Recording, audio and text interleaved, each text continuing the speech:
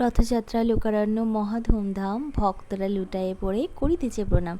রথ ভাবে আমি দেব, মূর্তি ভাবে আমি, পথ ভাবে আমি দেব, হাসে অন্তর্যামী। ছোটোবেলায় এটা কিন্তু ভাব সম্প্রসারণ অনেক করেছি, ভীষণ ভালো লাগে। তাই রথযাত্রার দিন এইটা যে একবার আওড়িয়ে নেব না, এটা হতেই পারে না। নমস্কার বন্ধুরা, রথযাত্রায় দ্বিতীয়বার আপনাদের সবাইকে শুভেচ্ছা জানাই।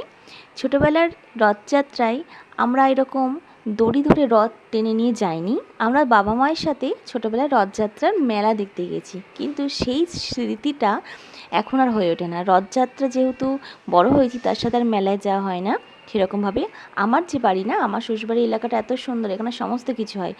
বাচ্চাদের নিয়ে রথ নিয়ে বেরিয়েছি, আমার এত ভালো লাগছিল, ওদের হাত ব্যথা করছিল বলে বললো, মনি তুমি রথটা টানো, তাই আমি রথটা টানলাম।